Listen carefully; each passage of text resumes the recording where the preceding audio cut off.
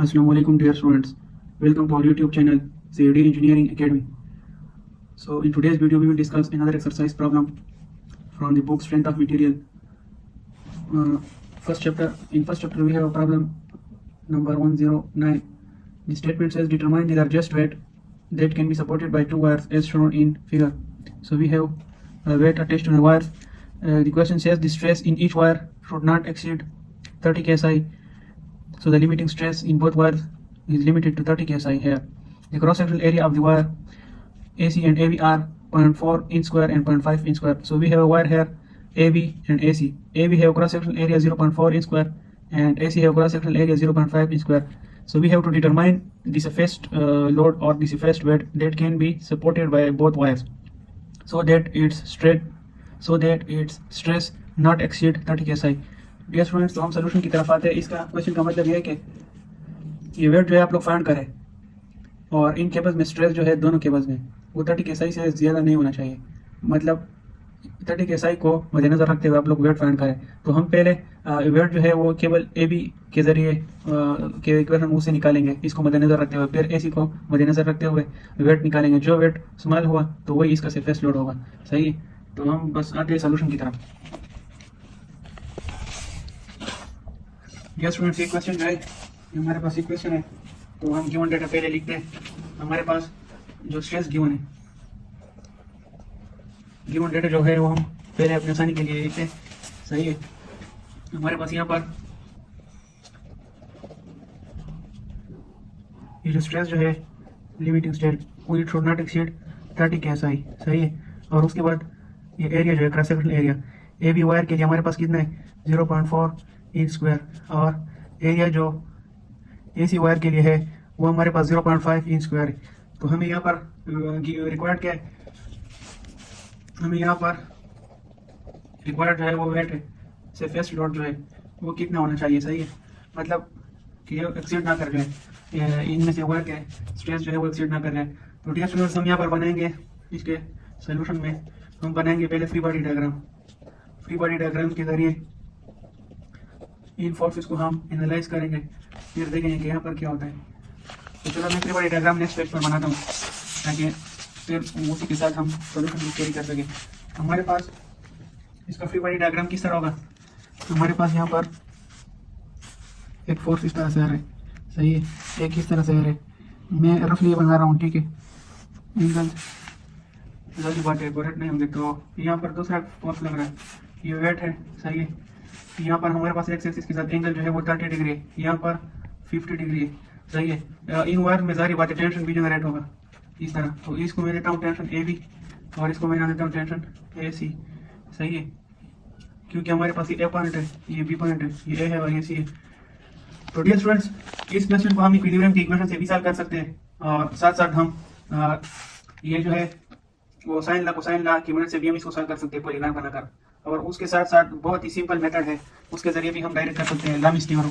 सही है. ये मैंने इक्विलिब्रियम्स के वो इंजीनियरिंग मैकेनिक्स की जो वीडियो लेक्चर सीरीज थी उसमें समझाया है. वहाँ पर इंजीनियरिंग मैकेनिक्स के कोर्स में ये थ्योरम, ये लामिस थ्योरम जो है ये इंजीनियरिंग मैकेनिक्स के मॉड्यूल 9 में हमने मॉड्यूल 9 के सारे क्वेश्चन इसे सॉल्व किए थे. तो अगर हम लामिस थ्योरम यहाँ पर अप्लाई करें, लामिस थ्योरम हमें क्या कहता है कि force divided by sine of इसके अपोजिट एंगल है यहाँ पर, और फिर ये force divided by sine of opposite angle, फिर ये force TAB sine of opposite angle, इसकी जो बीच वाला एंगल होता है ये. तो यहाँ पर हम अगर मैं पहले वेट लेता हूँ, हमने वेट फाइंड करना है. पहले मैं वेट फाइंड करता हूँ इन दो फोर्सेस को लेकर, फिर वेट फाइंड करता हूँ इन दो फोर्सेस को लेकर. ठीक है. तो चलिए यहाँ पर हम एंगल्स भी करते हैं. ये वाला एंगल कितना होगा, जाहिर बात है अगर ये एक्स एक्सिस है, ठीक है, और ये पूरा एंगल 180 होगा तो ये एंगल कितना हो जाएगा 180 माइनस 30 माइनस 50. तो ये एंगल हमारे पास आ जाएगा 100. इसी तरह ये 30 है, यहाँ 90 बन रहा है, ये 50 यहाँ पर भी 90 बन रहा है. तो ये पूरा का पूरा एंगल कितना हो जाएगा, ये 120 हो जाएगा. सही. और ये पूरा का पूरा एंगल कितना हो जाएगा, ये हमारे पास 140 हो जाएगा. सही है. सारे एंगल हमारे पास इस तरह फाइनल हो गए. तो इसके बाद लामिस थ्योरम इसमें अप्लाई करें. सही है. मैं यहाँ पर लिखता हूँ AB वायर के लिए. सही है.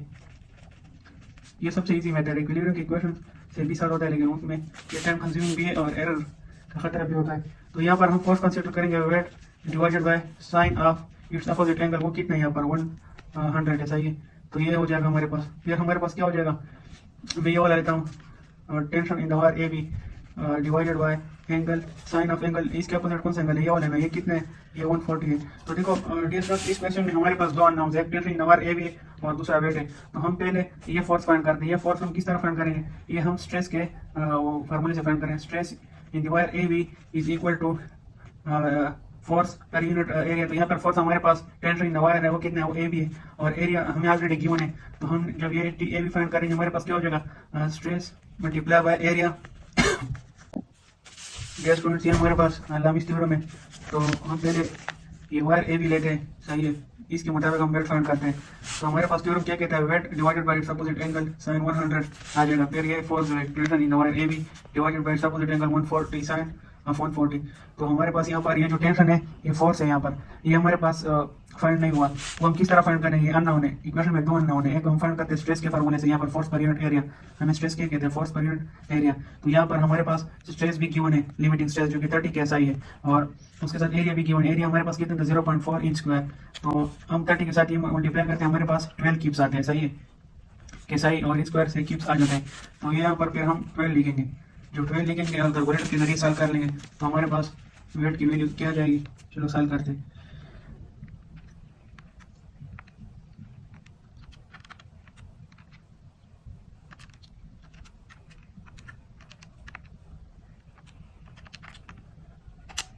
हमारे पास यह वैल्यू कितनी है, वेट की 18.38, मतलब 18.38 क्यूब्स। तो यह राउंड ऑफ करके हम वेट की वैल्यू तकरीबन 18.4 भी लिख सकते हैं। तो ये हमारे पास वेट फाइंड हो गया with respect to wire A B. अब हम फाइंड करेंगे with respect to wire A C. तो हम किस तरह करेंगे,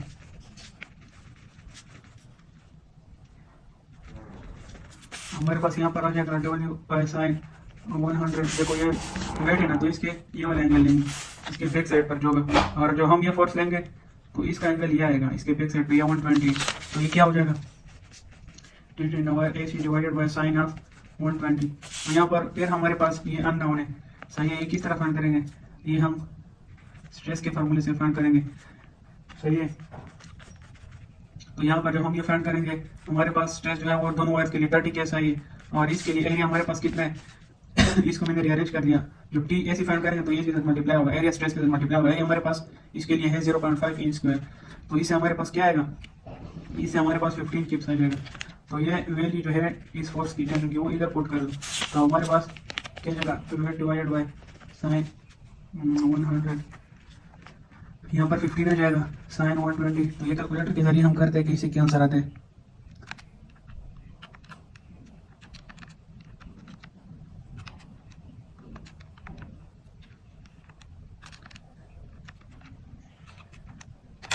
तो हमारे पास यहाँ पर कितनी वैल्यू आ गई, 17.05। तो ये हमारे पास वेट क्या हो जाएगा, वेट जो है यहाँ पर हमारे पास 17.05 आ जाएगा क्यूब्स। तो ये हमारे पास वेट की वैल्यू एक ये है, और दूसरी वैल्यू एक ये है। With respect to wire A भी हमारे पास वेट ए आ गया, तो with respect to wire A C weight हमारे पास ये आ गया। तो डियर स्टूडेंट्स, जैसा कि हमें पता है कि हम सरफेस लोड लेने के लिए हम लोअर वैल्यू लेते हैं, क्योंकि अगर हमने ये वाला वेट ले लिया तो इस एसी वायर में लिमिटिंग स्ट्रेस ज़्यादा हो जाएगा और ये फेल हो जाएगा। तो इसलिए आंसर इसका ये है, ये इसका आंसर हो जाएगा 17.05 क्यूब्स इसका वेट। तो ये था आज की हमारी वीडियो, प्रॉब्लम इसमें हमने सॉल्व कर लिया। फिर मिलते हैं नेक्स्ट वीडियो में, तब तक के लिए खुदा हाफिज़।